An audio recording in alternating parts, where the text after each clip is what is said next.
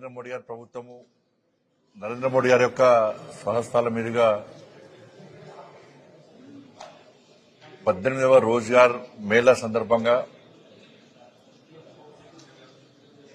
దేశంలోని 61,000 మందికి పైగా యువతకు కేంద్ర ప్రభుత్వ ఉద్యోగాలు ఇస్తూ నియామకపు ఉత్తర్వులు ఇస్తున్న ఒక గొప్ప దినం ఈరోజు. నిన్నే వసంత పంచమి అయిపోయింది. ఇవాళ ఈ యువతలో కూడా ఇలా కొత్త జీవితం ప్రారంభించారు. కానీ ఇది 2022 నుంచి ప్రారంభించినటువంటి రోజ్గార్ మేళా ఈ రోజు వరకు 18వ రోజ్గార్ మేళాను పూర్తిగా విజయవంతంగా ఇలా పూర్తి చేసుకోవడం జరిగింది. నరేంద్ర మోడీ గారు నేను 10 లక్షల మందికి నిరుద్యోగ యువతకు ఉద్యోగాలు ఇస్తానని చెప్పి ఎంత మాట ఇచ్చిండ్రో ఆ మాటకు అనుగుణంగా ఇప్పటికే 11 లక్షల మందికి పైగా ఈరోజు కేంద్ర ప్రభుత్వ ఉద్యోగాలను ఇలా దేశంలో యువతకు ఇటువంటి ప్రభుత్వం నరేంద్ర మోడీ ప్రభుత్వం. ఇది గతంలో ఎప్పుడు జరగలేదు, నెక్స్ట్ జరుగుతున్నటువంటి జరిగే అవకాశం కూడా లేదు. ఇది నరేంద్ర మోడీ గారి యొక్క గొప్పతనం, కేంద్ర ప్రభుత్వం యొక్క గొప్పతనం. ప్రతి సంవత్సరం జాబ్ క్యాలెండర్ రిలీజ్ చేస్తూ ప్రతి సంవత్సరం కూడా కేంద్ర ప్రభుత్వంలోని ఖాళీలన్నీ పూర్తి చేస్తూ ఇవాళ ఎక్కడ పైరవులు లేకుండా, లీకేజీలు లేకుండా, అవినీతికి ఆస్కారం లేకుండా, ఎలాంటి ఆరోపణలు లేకుండా ఇవాళ నిక్కచ్చిగా నిజాయితీగా నిబద్దతతోని ఇవాళ దేశంలోని యువతకు 11 లక్షల మందికి యువతకు పైగా ఇవాళ ఉద్యోగాలు ఇస్తామంటే ఇవాళ సమాజం ఆలోచించాలి.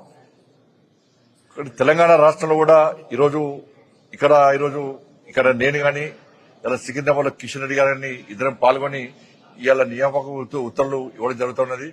ఇవాళ కష్టపడి చదువుకునే యువతకు ఒక విశ్వాసం కల్పించే విధంగా కేంద్ర ప్రభుత్వం ఇవాళ ప్రయత్నం చేస్తున్నది. ఇవాళ ఇక్కడ జరిపిన వేదిక ఏదో ఈవెంట్ కోసమో ఇప్పుడు ఫోటో సెషన్ కోసమో కాదు. ఇవాళ ఉద్యోగాల కోసం ఎదురుస్తున్నటువంటి యువతకు ఒక భరోసా, ఒక ఆత్మ విశ్వాసం, ఒక ధైర్యాన్ని కల్పించడానికి ఈ వేదికను ఏర్పాటు చేయడం జరిగింది. కాబట్టి ఉద్యోగాలు పొందిన యువత అందరూ కూడా వారిని ప్రోత్సహించినటువంటి కష్టపడి ప్రోత్సహించినటువంటి తల్లిదండ్రులందరూ కూడా హృదయపూర్వక ధన్యవాదాలు తెలియజేస్తున్నాం. ఇవాళ నరేంద్ర మోడీ గారి ప్రభుత్వం మీద విమర్శలు చేసేటువంటి పాలకులకు ఈరోజు ఇది హెచ్చరిక. అర్థం పర్థం లేకుండా, అవగాహన లేకుండా, ఆలోచన లేకుండా, వాస్తవాలు తెలుసుకోకుండా కేంద్ర ప్రభుత్వం ఉద్యోగాలు ఎన్ని ఇచ్చింది, ఏడిస్తుందని చెప్పి విమర్శలు చేసేటువంటి ఇప్పుడున్న కాంగ్రెస్ పార్టీ నాయకులు గాని, గతంలో రాష్ట్రాన్ని పాలించిన బీఆర్ఎస్ పార్టీ నాయకులు గాని ఇది చెంపపెట్టు. వాస్తవాలు తీసుకుని నరేంద్ర మోడీ ప్రభుత్వము ఇవాళ 11 లక్షల మందికి పైగా ఉద్యోగాలు ఇచ్చిన ఘనత మోడీ గారి ప్రభుత్వానికి. గతంలో ఇన్ని సంవత్సరాలు దేశాన్ని పాలించిన కాంగ్రెస్ పార్టీ ఒక్కరికైనా ఉద్యోగం ఇచ్చిందా? ఇటువంటి మేళాలు పెట్టిందా? ఆరోపణలు లేకుండా ఏదైనా పథకాన్ని కాంగ్రెస్ పార్టీ ప్రభుత్వం ఇన్ని సంవత్సరాలు అమలు చేసిందా? ఇలా 15 సంవత్సరాలు ఈ మూడో విడత ప్రభుత్వం ఏర్పడ కూడా ఇక్కడ అవినీతికి ఆస్కారం లేకుండా ఇవాళ అనేక సంక్షేమ పథకాలు అమలు చేస్తున్నాం. ఇవాళ తెలంగాణ రాష్ట్రంలో టీజీపీఎస్సీ గత ప్రభుత్వం ఏం చేసింది? ఇంటికో ఉద్యోగం అని చెప్పి ఒక్కరికి ఉద్యోగాలే వాళ్ళ కుటుంబంలో 5 ఉద్యోగాలు తీసుకున్నారు. వాళ్ళ మీద విసిగి వేస్తున్న ప్రజలు ఇవాళ కాంగ్రెస్ పార్టీని నమ్మి ఓట్లేస్తే 2 లక్షల మందికి ఉద్యోగాలు భర్తీ చేస్తామని చెప్పి కాంగ్రెస్ పార్టీ చెప్తే ఎంతమందికి ప్రభుత్వ ఉద్యోగాలు ఇచ్చారు? వాళ్ళు 2 లక్షల మంది ఇస్తున్నారు, వీళ్ళు ఇస్తూనే ఉంటామంటారు. ఎంతమందికి ఇచ్చింది ఇవాళ? కాబట్టి ఇవాళ తెలంగాణ యువతకు అప్పీల్ చేస్తున్నా, మీరు నిరాశ పడకండి, నిస్పృహ చెందకండి, అధైర్యపడకండి, భయపడకండి. ఇవాళ మీకు ఈ రాష్ట్ర ప్రభుత్వం ఉద్యోగాలు ఇవ్వకుండా కూడా ప్రతి సంవత్సరం నరేంద్ర మోడీ గారి ప్రభుత్వం రోజ్గార్ మేళా పేరుతోనే దేశంలో యువతకు ఉద్యోగాలు ఇస్తున్నాం. మీరు కష్టపడండి, మీకండగా నరేంద్ర మోడీ గారు ఉన్నారు. పూర్తి స్థాయిలో కేంద్ర ప్రభుత్వ ఉద్యోగాలు మీకు రావడానికి సిద్ధంగా ఉన్నాయి. ఎక్కడ నిరాశ పడొద్దని చెప్పి ఇలా యువతకు అప్పీల్ చేస్తా ఉన్నాను. ఇది సిట్టు విచారణ నేను రాష్ట్ర ప్రభుత్వాన్ని నేను కూడా విజ్ఞప్తి చేసిన. మీరు కేసీఆర్ కొడుకును దోషిగా పిలిచిర్రా అనే వాంగ్మూలం కోసం పిలిచిర్రా? కొంపలు ముంచిందే కేసీఆర్ కొడుకు, జనాన్ని కొంపలు ముంచిందే ఆయనే.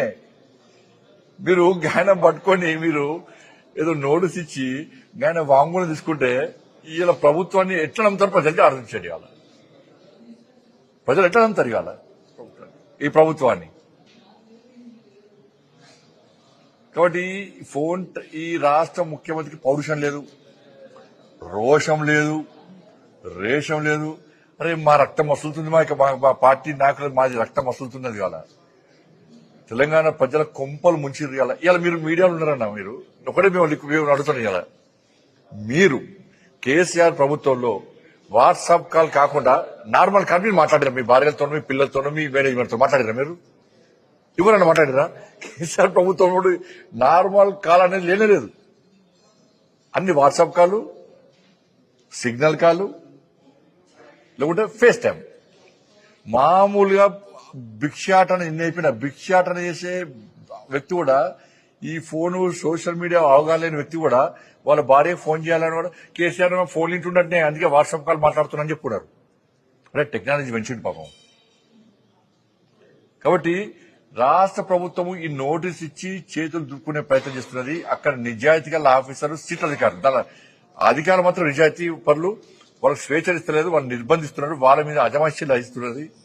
నిన్న చేసి ఏం చేసారు? ఇలా బయటకు వచ్చి నన్ను ఏం చేయలే, నన్ను ఎవరేం బీకలే, నన్ను ఈ ప్రశ్న అడిగారు, ఆ ప్రశ్న అడిగారు, నేను ఉల్టా ప్రశ్న అని చెప్పి ఆయన చెప్తాడు. లేదా మేము ఇది అడిగిన వీళ్ళు చెప్తారు. ఫోన్ ట్యాపింగ్ జరిగిందని సాక్షాత్ రాష్ట్ర ముఖ్యమంత్రి చెప్పాడు. జడ్జిల ఫోన్ ట్యాప్ చేసిండ్రు. ఇది జగబెరిన సత్యం. నన్ను వాంగ్మూలం పిలిచినప్పుడు నీ ఫోన్ ట్యాప్ చేశారు, ఫలానా వాళ్ళు చేశారు, ఫలానా చేశారు, ఆధారాన్ని నాకు చూపెట్టారు. నాకు చూపెట్టి 6 నెలలే ఆధారాలు చూపెట్టి 6 నెలలే ఒక్కరిని అరెస్ట్ చేసిరు. ఇలా ఈ కాంగ్రెస్ పార్టీ ప్రభుత్వం కేసీఆర్ కుటుంబంలో ఒక్కరిని అరెస్ట్ చేసిందా? ఒక్క రాజకీయ నాయకుని అరెస్ట్ చేసిరా? ఒక అధికారిని అరెస్ట్ చేసిరా? వాళ్ళను తప్పించుకునే విధంగా కాంగ్రెస్ పార్టీ ప్రభుత్వం ప్రయత్నం చేస్తున్నది. ఎందుకంటే ఫామ్ హౌస్ కును ఏసీసీ భవన్ కు డీల్ కుదురుతలేదు. ఆ డీల్ కోసం ఇవన్నీ తతంగం అంతా. ఒక సంఘటన జరిగినప్పుడు దాని దృష్టి మళ్లించడానికి ఫోన్ ట్యాపింగ్ ఒక అస్త్రంగా మారింది వీళ్ళకు. కాబట్టి దీని మీద ఎవరికి నమ్మకం లేదు. తెలంగాణ ప్రజలు ఈ సిట్టు విచారణ చూసి, ఈ రాష్ట్ర ప్రభుత్వ వ్యవహారం చూసి నవ్వుతున్నారు. కాంగ్రెస్ పార్టీ ప్రభుత్వం అపాస్యం పాలైపోయింది. ధన్యవాదాలు.